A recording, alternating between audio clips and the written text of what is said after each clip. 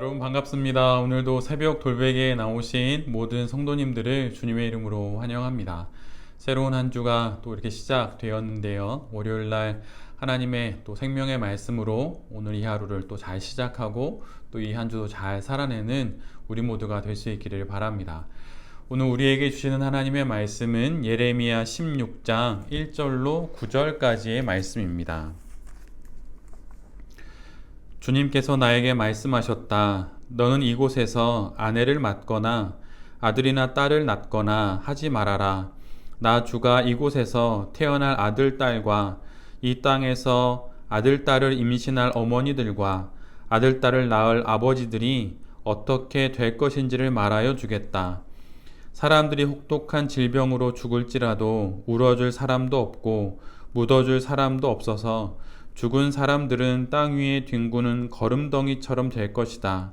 전쟁에서 죽거나 굶주려서 죽은 사람들의 시체는 공중의 새와 들짐승의 먹이가 될 것이다. 그렇다. 나 주가 말한다. 너는 초상집에 가지 말아라. 가서 곡하지도 말고 유가족을 위로하여 주지도 말아라. 이것은 내가 이 백성에게 베푼 평화와 사랑과 자비를 다시 거두어 드렸기 때문이다. 나 주의 말이다. 이 땅에서는 높은 사람이나 낮은 사람이나 다 죽을 것이다. 그러나 그들을 묻어줄 사람도 없고 그들의 죽음을 곡하여 줄 사람도 없고 그들이 죽어서 슬프다고 자신의 몸에 상처를 내거나 머리를 밀어 애도할 사람도 없을 것이다. 그때에는 죽은 사람의 유가족을 위로하려고 그들과 함께 음식을 나누는 사람도 없을 것이며 친부모를 잃은 사람에게도 위로의 잔을 건넬 사람이 없을 것이다. 너는 사람이 함께 앉아서 먹고 마시는 잔칫집에도 들어가지 말아라. 나 만군의 주 이스라엘의 하나님이 말한다. 나는 너희들이 흥겨워하는 소리와 기뻐하는 소리와 즐거워하는 신랑 신부의 목소리를 너희들이 보는 앞에서 너희 시대에 이곳에서 사라지게 하겠다. 아멘.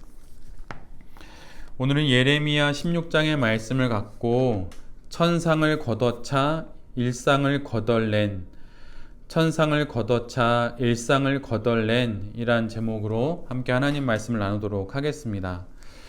말로 심판의 메시지를 전하게 하신 하나님께서 이제 예레미야를 통하여서 다시 한번 행동으로 예언의 말씀을 유다에게 전하게 하십니다. 앞에서 우리가 함께 본 13장에서 배로 만든 허리띠를 유프라테스 강가 옆에 있는 바위 틈에 넣어 놓으라 하신 것처럼 소위 상징 행동을 통해 행위 예언을 하나님께서 하게 하십니다.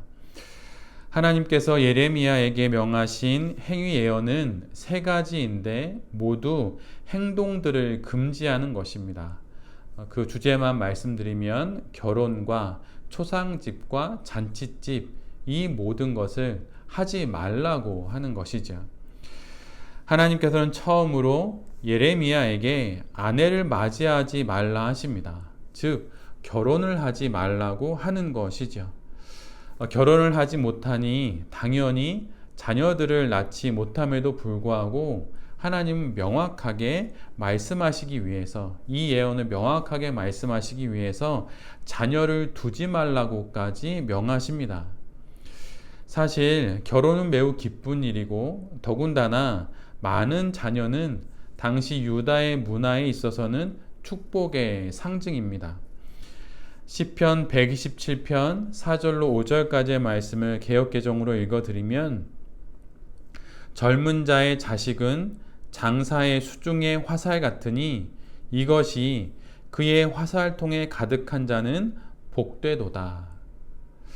시편 기자의 이 말처럼 많은 자녀를 갖는 것은 하나님의 축복입니다. 그래서 성경을 읽어보면 자녀를 출산하지 못하는 것을 불행으로 간주하여서 성경에선 자녀를 낳기 위해서 많은 믿음의 선인들이 했던 일들을 기록하고 있죠. 예를 들면 아브라함의 아내인 사라와 또 여종인 하갈 사이의 갈등, 또는 레아와 또 라헬 사이에 자녀를 두고 하는 갈등, 그리고 사무엘을 낳고자 간절히 성전에서 기도를 드렸던 한나의 기도 등과 같이 자녀를 낳는 그 하나님의 축복을 얻고자 부단히 애썼던 많은 성경의 기록들이 있습니다. 그런데 예레미야는 일상의 가장 큰 하나님의 축복인 결혼과 또한 가정을 이루고 또 자녀를 낳는 것이 금지됩니다. 축복이 박탈된 것이죠. 오늘 성경은 그 이유를 적어 놓고 있는데, 그것은 곧 유다에게 닥치게 될 그 심판의 날에 단란했던 가정도 이미 태어난 자녀들도 매우 힘겨운 고난을 겪게 될 것이기 때문이라고 기록하고 있어요. 다가올 하나님의 심판이 평범한 일상을 완전히 뒤집어 놓을 것을 말씀하시기 위해 하나님은 예레미야에게 결혼을 하지 말고 자녀를 낳지도 말라고 그렇게 말씀하심으로 유다에게 심판을 예언하게 하신 것입니다. 예레미야에게 결혼을 금지하는 것을 통해 자녀를 낳는 것을 금지하는 것을 통하여서 곧 유다에게 닥치게 될 그 심판이 얼마나 큰 심판인지를 그의 행위를 통하여, 그의 삶을 통하여 드러내라고 하는 것이지요. 당연했던 일상의 한 축이 하나님의 심판으로 인하여서 완전히 무너지게 됩니다. 두 번째로 예레미야는 초상집에 조문 가는 것이 금지됩니다. 전도서 7장 2절을 보면 초상집에 가는 것이 잔치집에 가는 것보다 더 낫다. 살아있는 사람은 누구나 죽는다는 것을 명심하여야 한다. 이렇게 기록해 놓고 있습니다. 전도서를 기록한 전도자는 죽음을 기억하며 모두 유한한 생명임을 알게 하는 초상집에 가는 것이 잔치집에 가는 것보다 낫다고 말합니다. 그런데 예레미야에게 이런 초상집에 가는 것이 금지됩니다. 그런데 그 이유는 앞으로 닥쳐올, 유다에게 닥쳐올 그 심판의 날에는 허다한 죽음을 보게 될 것이기 때문이에요. 지위고하를 막론하고 그의 직업의 여부에 상관없이, 그의 부함과 가난함에 상관없이 수많은 사람들이 죽게 될 것이고, 그 죽음들이 얼마나 많은지 그 모든 죽음들을 일일이 장례를 치러줄 수가 없을 정도가 될 것이라는 그런 말씀이에요. 이와 함께 하나님은 예레미야에게 애곡하지 말고 유가족을 위로하지 말라고도 말씀하십니다. 이 역시 앞에서 우리가 함께 본 것처럼 결혼과 자녀 출산이 연결되어 있듯이 들어가지도 않을 초상집에서 애곡과 위로를 할 수 없음에도 불구하고 하나님께서 이 금지의 명령, 상징 예언의 명령이 얼마나 분명한 것인지를 하나님께서 예레미야를 통하여서 유다에게 전해 주시는 것입니다. 죽음을 애도하는 것은 참으로 당연한 일상인데 그 일상의 축이 하나님의 심판으로 인하여서 완전히 무너지게 된 것이지요.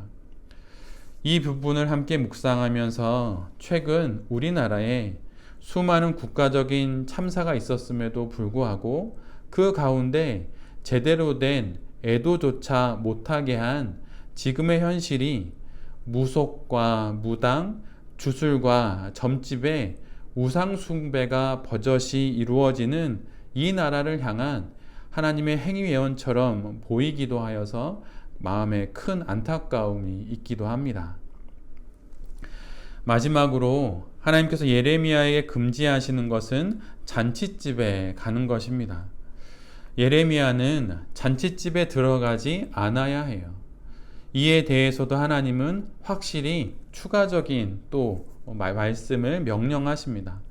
사람들과 함께 앉아서 먹고 마시지도 말라, 이렇게 말씀하세요. 왜냐하면 심판의 날에 사람들의 흥겨운 소리와 기뻐하는 소리, 또한 즐거워하는 그 목소리가 모두 사라질 것이기 때문입니다. 심판으로 인해, 앞으로 닥치게 될 그 심판으로 인해 일상의 그 소소한 기쁨도 완전히 사라져 버린다고, 그렇게 될 것이라고 하나님께서 예레미야를 통해서 예언하시는 것이에요. 예레미야는 곧 유다에게 다가올 하나님의 심판을 이처럼 일상의 평범한 일들이 금지되는 모습으로 유다에게 전하게 됩니다. 유다에게 예레미야가 이런 행위예언을 전할 때 유다의 사람들이 예레미야에게 이렇게 묻지는 않았을까요? 하나님의 선지자가 왜 하나님의 가장 큰 축복인 결혼을 하지 않냐고, 호세아가 고멜과 결혼했듯이 그렇게 결혼하는 것이 예언자에게도 축복일 수 있고 또 당연한 것일 수 있는데 왜 결혼하지 않냐고, 그리고 하나님의 축복인 왜 자녀는 낳지 않냐고 그렇게 물었을지도 모릅니다. 그리고 성도들의 눈물을 닦아주어야 할 예언자가 왜 초상집에 가지 않냐고, 왜 위로하지 않고 애곡하지 않냐고 물었을 수도 있지요. 또한 성도들의 축복되고 기쁜 일이 있는 잔치집에 함께 참여하여서 하나님의 이름으로 그들을 축복하는 것이 예언자의 일이 아니냐고, 왜 함께 즐거워하지 않냐고 물었을 것입니다. 그런데 예레미야에게서 이 지극히 평범한 일상들이 금지되었듯 예레미야의 행위 예언처럼 이제 곧 닥칠 하나님의 심판으로 인해 이런 질문을 던지게 되는 유다도 그들의 모든 평범한 일상들을 완전히 잃어버리게 될 것입니다.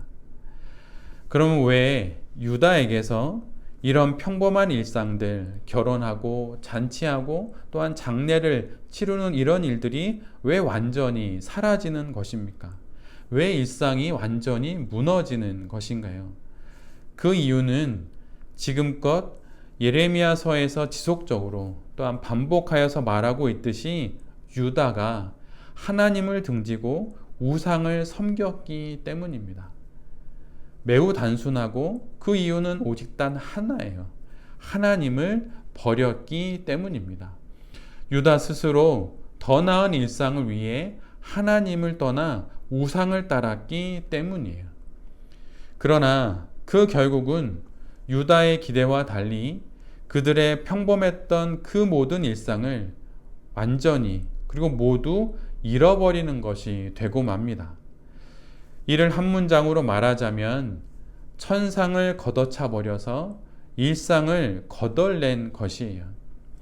천상이란 하나님을 의미하고 하나님의 나라를 의미하죠. 천상의 하나님을 떠나 더 나은 일상을 살 수 있고 또 그것을 누릴 수 있다고 말하면서 결국 일상의 모든 것을 잃어버린 형국이 바로 유다의 상황이 된 것입니다. 마치 아버지를 떠나 더 나은 삶을 살 수 있다고 말했지만 결국 모든 가산을 탕진하여서 정말 모든 것을 잃어버린 탕자의 모습처럼 말이죠. 귀한 것은 귀하게 여길 때 그것은 보존되는 법입니다.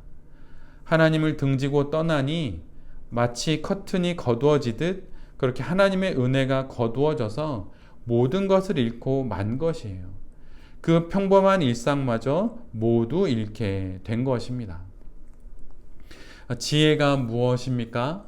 지혜란 귀한 것을 귀한 것으로 아는 것이에요. 가치 없는 것을 가치 있게 여기지 않는 것, 그것이 바로 지혜이죠. 얼마 전에 저의 제자 중에 하나가 해수욕을 갔다가 바닷물에 빠져서 거의 익사 직전까지 갔습니다. 바닷물에 빠져서 의식을 잃었고 안전요원에 의해서 구조되어 정말 간신히 깨어났어요. 정말로 죽었다가 살아났습니다. 우스갯소리로 제자가 저에게 천국에 갔다 왔다고 그렇게 이야기를 하더라고요. 그래서 제가 천국이 그렇게 짜냐? 이렇게라고 말하면서 다시 만나게 되면 해물탕도 사주고 소금빵도 사주고 소금구이도 사주겠다고 이렇게 우스갯소리로 이야기를 하면서 가슴을 쓸어내리며 이런저런 이야기를 주고받았습니다. 그런데 병원비가 500만 원 가까이 나왔다고 그렇게 이야기들 하더라고요. 실비보험이 없어서 그렇게 많이 나온 것 같습니다. 그런데 제자가 그 돈을 아까워하기에 제가 이렇게 말해 주었어요. 500만 원이면 싼 거다. 누구는 50억을 주고도 살 수 없는 생명을 너는 500만 원으로 산 거다. 아까워하지 마라. 라고 말이에요. 귀한 것을 귀한 것으로 아는 것이 지혜입니다. 생명에 비하면 500만 원, 그거 아무것도 아니지요. 이처럼 하나님에 비하면 이 땅의 일상도 정말 아무것도 아닙니다. 그러기에 하나님을 귀하게 여길 줄 알아야 일상도 보존되는 법이에요. 하늘의 것, 천상을 생각해야 일상을 제대로 살 수 있는 것입니다. 영원한 생명, 영생, 그것을 생각해야 오늘의 이 하루의 생명을 잘 살아낼 수 있는 거예요. 천상을 걷어차고 더 나은 일상을 살아낼 수 있다고 말하는 것은 실은 천상을 걷어참으로 일상을 거덜내는 바로 그런 일이 되어 버리는 것입니다. 그런데 지금 유다가 그런 일을 하고 있어요. 회개하지 않고 하나님께 돌아가지 않고 우상을 섬기고 점을 치며 그렇게 하나님을 등지고 우상을 따라 살아가고 있습니다. 그들의 결국은 더 나은 일상이 아니라 천상을 걷어참으로 마침내 그 평범했던 일상도 거덜내는 것이라고 하는 것을 우리 모두가 잘 기억해야 할 것입니다. 새롭게 한 주가 시작됩니다. 지극히 평범한 일상이고 또한 지난주에도 맞이했던 그러저러한 월요일 그 하루이지만 이날을 우리가 하늘을 바라보며 살아간다면 이날은 완전히 다른 하루가 될 것입니다.